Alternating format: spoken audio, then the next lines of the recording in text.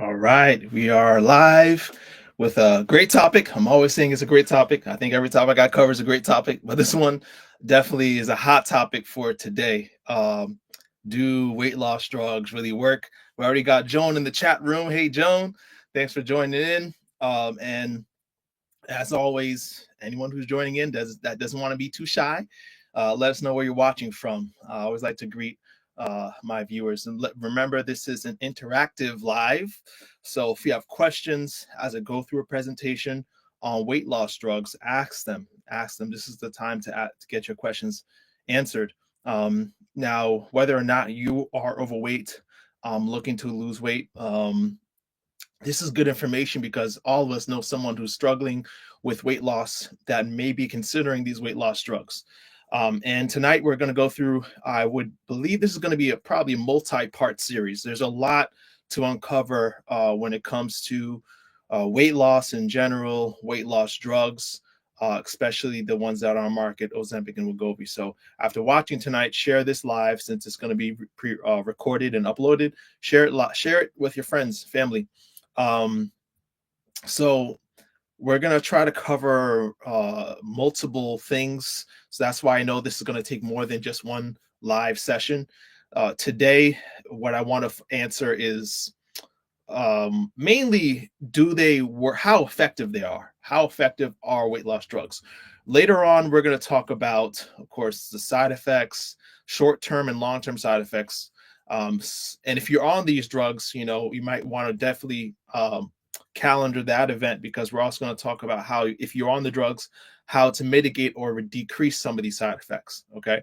If you're on these drugs. And then we're eventually going to do a live on alternative methods for weight loss. So if you're on the fence, or you're like, no, I'm not going to try those drugs, we're going to talk about what you can do instead to lose weight and be effective. One thing we're going to do is next month, June 12th, we're going to have a workshop, online workshop. It'll be a one-day event where we go intense on what we can do to lose weight naturally, okay, and making lasting changes for our health. The great thing is, the method that we teach on this channel is good for you, whether or not you're looking to lose weight. If you're just looking to maintain a healthy weight, if you're looking to just promote your longevity, restore energy, reverse diabetes, the method that I teach is effective for all that. All right. So we teach how to adopt a whole food plant-based diet, not only for diabetes reversal, but for many other chronic conditions such as obesity. And it can be very effective. But so the topic for today is, do weight loss drugs work? It's going to be more than one event for sure. So I don't know if anyone watching, if you guys are on weight loss drugs, I would like to know, especially obviously if it's the Ozempic, Wegovy, Zepbound, any of these newer drugs. Let us know in the chat. If you're taking them, maybe let us know how effective they've been for you so far. Okay, but what I want to start, I think the best way to start really is to go into the history of weight loss drugs in general. So I know, we just want to go probably cut to the chase and say, well, answer the question, does it work? But I think we need to know the past, right? There's a saying that if we don't understand our past, we're doomed to repeat it. Let's understand it tonight briefly, starting with the past or the history of weight loss drugs in general. Okay, so I'm gonna open up the screen here to kind of just go through a brief overview of the history of weight loss drugs, and then we're going to go into the real meat. And I think we'll probably be done pretty quickly because, I try not to make these lives longer than 30-35 minutes on the most. Okay. I think it'll go as quick as you want it to. So if you have questions, this is something that I've made my mission to study, because obviously diabetes 180, a lot of our clients do struggle with obesity and being overweight. All right. So let's start from the beginning, right? So what is the history of weight loss drugs? Well, we have a long history of weight loss drugs. And unfortunately, every 1 to 2 years, we got a new miracle wonder drug that comes out. And this has been for the last for decades, right? It's nothing new to come to see drugs on the market, but I'm going to go through a list and just historically what happens when we pull the trigger too quickly on drugs. All right, and I'm trying to be unbiased. Like, so even if I'm going through the history of these weight loss drugs, please understand that I'm just trying to set up the context, right? I'm gonna tell you right now that I am not a person that says no, we don't use these drugs. I try to be very balanced. They're going to be good for some, not but it's really going to be up to you, right? And your individual goals, and as they say, the risk versus benefits. Okay, so Aminorex. I don't know if anyone was familiar with this drug. Aminorex was a drug that was known to be very effective for weight loss and appetite suppress appetite very well, but then was pulled for causing lung damage. Right, it was pulled from the market when it was associated with pulmonary artery hypertension. Right, going through this. Next, we have fen-phen. I don't know if everyone heard of fen-phen. This was one of the most prescribed drugs for quite some time. It was prescribed to 18 million Americans before it was pulled for causing severe damage to heart valves. Right. Meridia, another popular weight loss drug, was eventually pulled for causing heart attacks and strokes. Right. Going down the list, we have another drug called Acomplia, which was pulled eventually for psychiatric side effects, including suicide. We have Belvic, which actually this one is really interesting. Belvic was thought to be very safe. It was actually marketed not just for weight loss, but also for those for elevated blood sugar levels. So it was good for hyperglycemia. It was something that all doctors felt like, this is a good drug. This is something that people can trust. But after 8 years of being on the market, this drug was pulled for causing cancer. Right. So that should give us a reason to pause. Okay. 8 years on the market before it was eventually pulled from the market. Right. And what was interesting also with this drug is that initially there was concern because there was, in the original testing on lab rats, they knew this drug was causing tumors. So then they did a study on humans on this drug, and for a year, did a human trial, and there was no indication, no sign of tumor development. So we're A-okay, we're safe. It doesn't cause cancer in humans. We're good. But unfortunately, it continued to be used until, after 8 years on the market, they found out there was high rates of colorectal cancer, pancreatic cancer, and lung cancer in the users of this drug, and then it was pulled from the market. This one is also very interesting. Mediator is actually a drug manufactured, I believe, in France. It's a French pharmaceutical company that knew that this drug was causing risk, or I should say, had a high chance of causing harm, but they covered it up. They covered it up and continued to allow these drugs to be marketed and sold, and it was marketed and sold for 33 years before they found out that it was causing hundreds of deaths. All right. So just I want us to think about that, these facts, okay, as we think about whether or not we want to be on these drugs. It's very important for us to understand the risks. All right, it's very important for us to understand those risks, because again, if we forget our past, we're doomed to repeat it. So that being said, now the best question is, well, are these drugs different? Are these drugs safe? Right? Me personally, as a physician assistant, I've always been very reluctant to prescribe weight loss drugs because there's usually a lot of side effects and a lot of risks with drugs on the market. Even today, even the drugs that are being used, we're not even talking about GLP-1s. Even the drugs are not being used that are being used that are not GLP-1s. There's a lot of risk with those drugs. So the question is now, GLP-1s, are they safer? Well, we're gonna talk about the safetyness of that drug specifically on another live. Okay, right now I want to focus on, do they work? All right, do they actually work, and how effective do they work? Okay, so go back to my next slide here. So how do they work? GLP-1s are basically or hormone that is produced in the intestines. So we all produce GLP-1, this hormone, in our intestines, and the site of action, or where these hormones end up, are tissues all over the brain. I mean, all over the body, including our brain. So they are created in the intestines when the intestines sense food, mainly carbohydrates or fats. So whenever we eat a meal, their tissues or cells lining our digestive tract secrete this hormone to communicate different messages throughout the body.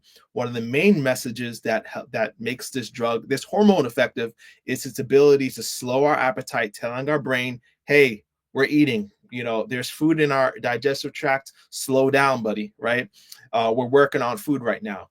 Another thing it does is it sends a message to the brain, to local tissues to slow down how fast food is emptying from the stomach.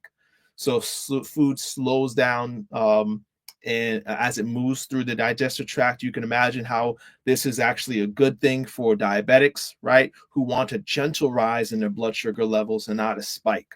Okay, so these drugs are something that were originally made for diabetics, but eventually were approved for weight loss, because it was so effective for those diabetics. They noticed that not only were their blood sugars benefited from this drug, but also from the weight loss. So where does it actually come from? This is actually an interesting fact. I don't know if anyone knows this, but it actually comes from a lizard, the saliva of a venomous lizard. The Gila monster is what it's called. So the problem with the GLP-1s that we make, because I know people then ask me, why don't we just use the GLP-1s in our own body and just reproduce them? The problem with the GLP-1 hormone in our body that our body makes is that it goes through our circulatory system very fast, right? It's quickly broken down in our body. So don't ask me how they figured these things out. Like, how do they know to test this lizard saliva? I don't know, but they figured out at some point many years ago that the saliva from this venomous lizard actually creates a mimic, or I should say something like the GLP-1 hormone that allows it to go long periods without food, right? So they took this, and what's great is that this hormone lasts very long. It doesn't break down very fast. So they're able to take this, put it in a lab, create a synthetic form, and sell and market it as a weight loss drug, right? So now that's how we have it today. Do they work? Do these drugs work? Well, I think the best way to answer whether or not these drugs work is to compare them to weight loss drugs that we've used in the past. Okay. All right. So, all right. And just so I want to say hello to Vita. I'm sorry if I'm saying your name wrong. Is it Vita or Veta? But thank you so much for watching, Vita. And hello to Place 2 stars 234. I like that name. Cool. Again, guys, as I'm presenting, ask questions if you have questions. Okay. We're moving really quick, and I'm probably going to be done with most of my slides pretty shortly, because again, we're focusing on just whether or not these drugs are effective. Okay, we're going to go into side effects and alternatives later on. Okay, so are they effective? So traditional weight loss drugs, like the ones we talked about before that were pulled from the market, as well as there's the weight loss drugs that are being used today, the non-GLP-1s, traditionally cause about 5% weight loss. Okay, 5% weight loss. And if you compare that to the GLP-1s of today, including the higher dose GLP-1s like Zepbound, Mounjaro, they're triple effect, three times as effective. So they're triple the effect of weight loss. So you're going from 5% to 15% effectiveness in losing weight. That's why it's blowing people's minds, because what does this mean, and as far as pounds? So think about this, someone on Wegovy can lose up to 27 pounds. That's 3.5 inches off their waist. right? That's pretty significant, right? Um, when you're looking at the higher dose medications, like Monjuro and Zepbound, you're going up to 45 pounds lost, right? Which is 5.5 inches off their waist, right? Something that we have not seen in other drugs that were essentially 3 times less effective, right? So you're definitely getting a bigger bang for your buck with these drugs, right? And we're not going to even talk about the cost of these drugs right now, but yeah, you're definitely getting a significant amount of weight loss. So do these work? They do. How well do they work? So how well they do work? How well do they work? Here we have to think about, well, does it work for everybody? Right? How do I know that it's going to work for me? Yeah. So okay, thanks Vita for it's Vita. Thank you so much. All right, I'll try not to mess that up again. Thank you. But yeah, so how well do they work? So you must be you have to sit back and ask yourself, okay, well, am I going to be the one who loses 45 pounds? Right? Am I going to be one to lose 27 pounds? So thinking about the effectiveness of these drugs, they don't work for everyone the same way, obviously, right? Some people are what we call super responders. And that, according to studies, the latest research, 1/3 of people who use these drugs are going to be super responders, meaning they're going to respond really well to these drugs. They're going to be dropping weight very fast. They're going to drop a significant amount of weight. So when you go back to the previous slide, I would say the super responders are the ones who are losing that 45 pounds on Zepbound, right? Or the 27 pounds, close to 30 pounds on Wegovy. All right, those are super responders. So in essence, that's the best you could expect, but that only happens about 1/3 of users, right? So what about other people? Those who are not super responders, there is also a 20% failure rate for. So basically, those who are on these drugs for a long period of time and they fail to lose a significant amount of weight, that's about 20% failure. 20% of people don't fail. So you have don't lose weight. So you have the super responders, and you got those who don't lose any weight at all, and then you got the people in the middle who are probably going to lose a moderate amount of weight, not as much as the super responders, but they'll have some success, right? And if you think about it, 20% failure rate is not that bad, right? As on a population scale. Um, Actually, bariatric surgery has a failure rate that's very similar. So people who are going under the knife and going with surgery also have a failure rate of about 20%, where the procedure doesn't work. So there are some people who don't lose significant weight.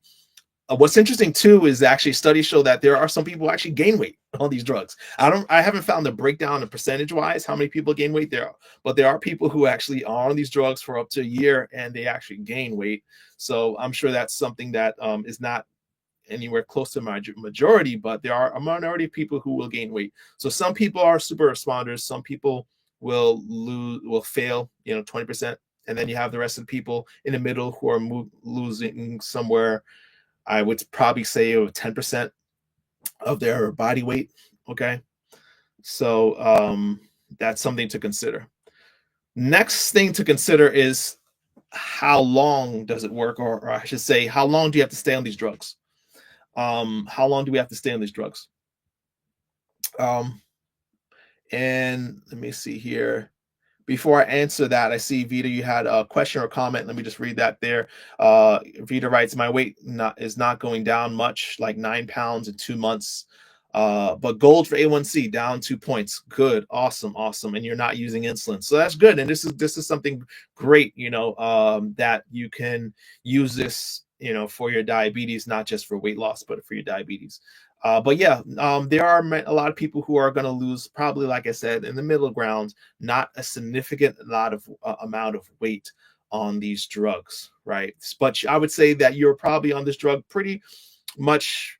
You're pretty much new to the drug, right? So 2 months is not long. You still can lose more if you stay on this drug.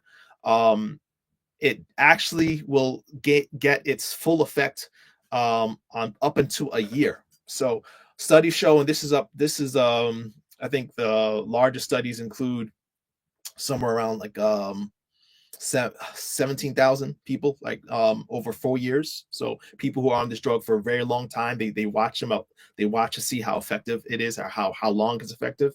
And something very interesting happens. You lose weight, everybody in all studies, whether you're talking about Wegovy or Ozempic or the newer drugs like Zepbound, they all stop losing weight after about a year.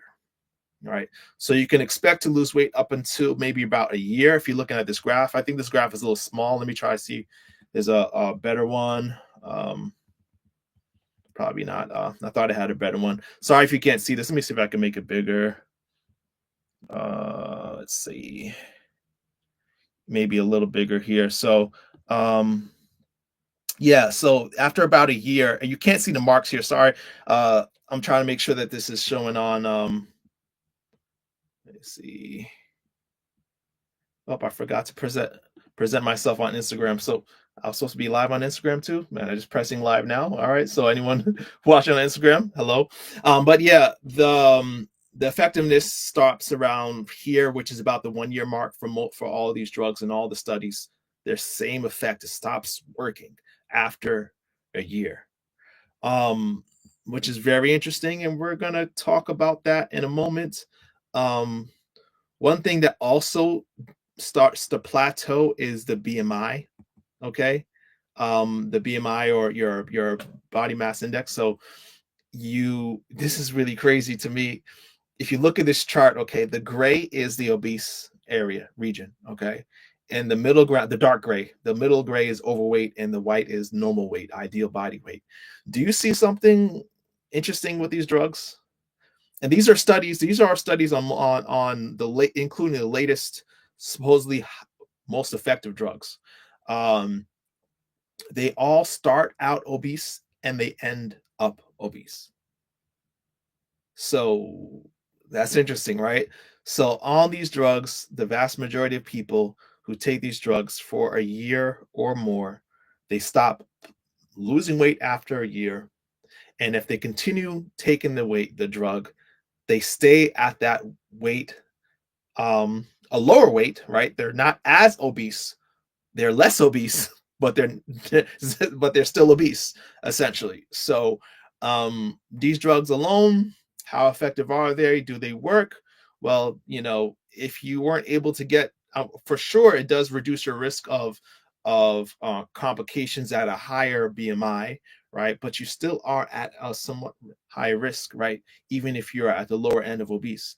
So over a year's time, you're going to lose all the weight you're expected to lose, and you're probably going to stop there. Just think about that a little bit. So why do you think this happens? Why are users getting to the point where the drug just stops working? This is really interesting. Okay. The reason why it plateaus, it makes sense, and I'll explain it. So how the drug works is that it convinces the brain that you are full all the time. That's why people feel nauseous and they feel upset in their stomach, right? Because it's basically essentially telling the brain that you're in a fed state all day. But what do you think is going to happen eventually to the brain? Our brain is smarter than that, right? Eventually, our brain's going to catch on to the trick, right? And it's going to say, hey, Lewis, you're not tricking me no more. I'm going to make you eat. So then essentially, your brain literally starts to resist the drug's effectiveness. The brain starts to tell the drug, I'm not fooled anymore. Okay. And your appetite, let's say, okay, let's put some numbers on it. Let's say we start the drug, okay, and like Vita said, you've been on it for 2 months, right? And you're going into 3 months. Your appetite's going to start ratcheting down to the point, let's say you're eating 800 calories less than what you normally would, right? So now you're in 800 calorie deficit. Of course, you're going to lose weight. Anyone in a big deficit like that because of their weight loss, of their food consumption being cut short, is going to lose weight. But eventually, according to the studies, after about a year, your brain catches on and it starts to resist the drug. So now, instead of eating 800 less calories, because your appetite has now gone up a bit, not all the way up because you're still taking the drug, right? It's still doing something. It goes up by about 400 calories. So now you're back to eating 400 more calories. right? So you should still be in a deficit though, because there's, there's what about the other 400 calories you're not eating that you used to eat? But here's a catch. You're now lighter than you were before. Because you're lighter than you were before, right? You're carrying less weight in your body.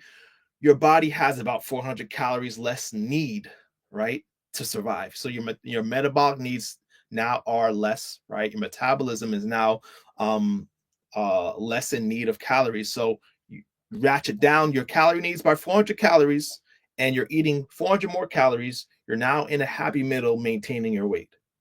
Does that make sense? Let me know if that's not making sense. Please let me know, because um, I think it's important for us to know the biology of how these drugs work, right? So after about a year's time, your appetite ratchets up, not all the way up to where it was before, but you're also your calorie needs go down, and you come into a little happy plateau. And as these studies show, you start to basically maintain maintain a weight to the same weight, right? Though you are lighter than you were before, you're maintaining the same weight. And this weight for the mass murder people is still obese. Now think about this though. I mean, again, I'm gonna try to be unbiased here. It's still a good thing, right? Any weight loss, especially let's say you lost 27 pounds, right? That's good. That's good. It's great, especially how many of us have been able to do that any other way, right? It's a good thing. But what happens now when you stop the drug? And thinking about, of course, at the beginning of our lecture, the risks that have come with long-term use of drugs.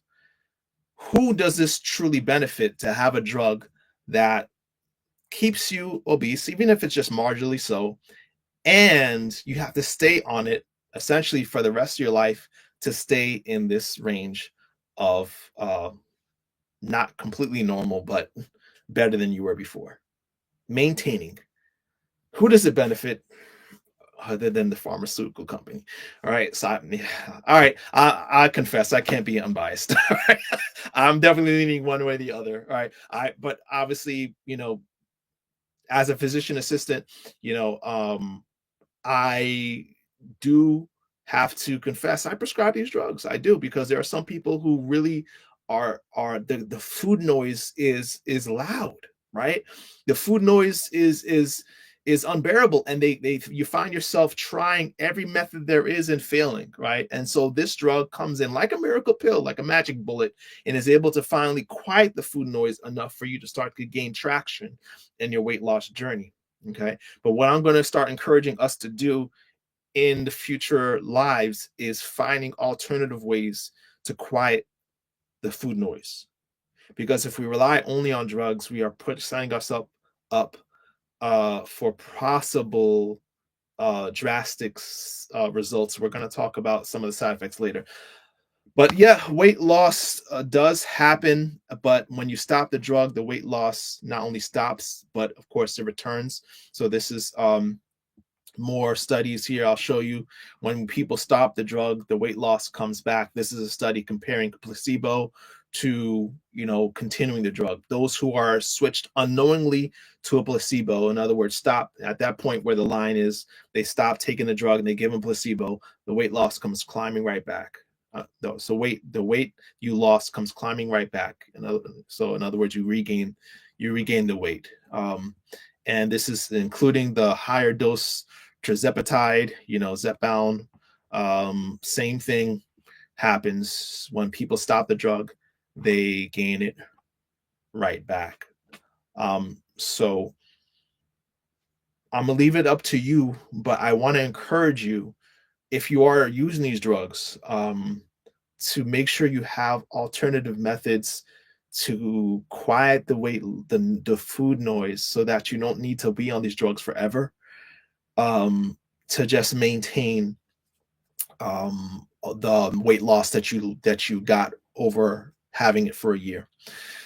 That is, if you make it to a year, okay? Because next week we're going to talk about how much people, or why so many people quit these drugs and can't make it to a year. Many people can't make it to a year. And we're going to talk about some of the studies, why this happens. I'm also going to encourage you what you can do if you want to really stay the course. Okay. Again, I'm trying to stay unbiased. But yeah, stay tuned for next week's live. We're going to talk about the side effects a little bit, how to deal with them, and in future lives alternatives. But you definitely want to pay attention to next week's live, because we're going to talk about not just the short-term side effects that we all know about: nausea, the vomiting, constipation, diarrhea, but we're also going to talk about some maybe possible long-term concerns with these drugs, right? But I can't let this opportunity pass without inviting you to join me for a weight loss workshop next month, June 12th. Like I said at the beginning of our live, June 12th, we're going to have a weight loss workshop. We're going to talk about what you can do, whether or not you're on the drug, what you can do to maintain a sustainable, healthy weight loss plan. All right. To quiet that food noise, to real steps. We're going to talk about real steps to develop a plan that works for you and that you can stick with long term to find real results. Okay, it's going to be an intensive, possibly an hour to an hour and a half long, right? I believe it's on a Thursday, so June 12th, the week before summer begins, right? All right, June 12th. Join me. Scan the QR code. I'll also put the link to the event in the chat. So if you'd like to join us, then check the link in the chat. It's gonna be right there. So check the link in the chat whether you're watching on YouTube or Facebook or Instagram, and join us for our live next month. All right. So hope you guys are informed a little bit. And next week we're going to talk about some more about these drugs, because we really got to talk about it. We got to talk about whether or not these drugs are worth our time and our money. Okay. So unless you have any other questions, let's leave it at that. There's so much more I want to talk about with these drugs, but I'm gonna leave it because we just hit the 30-minute mark, and I always try to keep our lives to about 30 minutes. Okay. All right. So another thing is in the show notes, whether you're on YouTube or Facebook, we'll have links to the studies. So if you want to look at the studies yourself, then go ahead and check the description section for the show notes. I'll also add the workshop link in the description section too. I'll do that once we close off right now. All right. So, beloved, I pray above all things that you may prosper and be in good health, even as your soul prospers. We'll see you next week.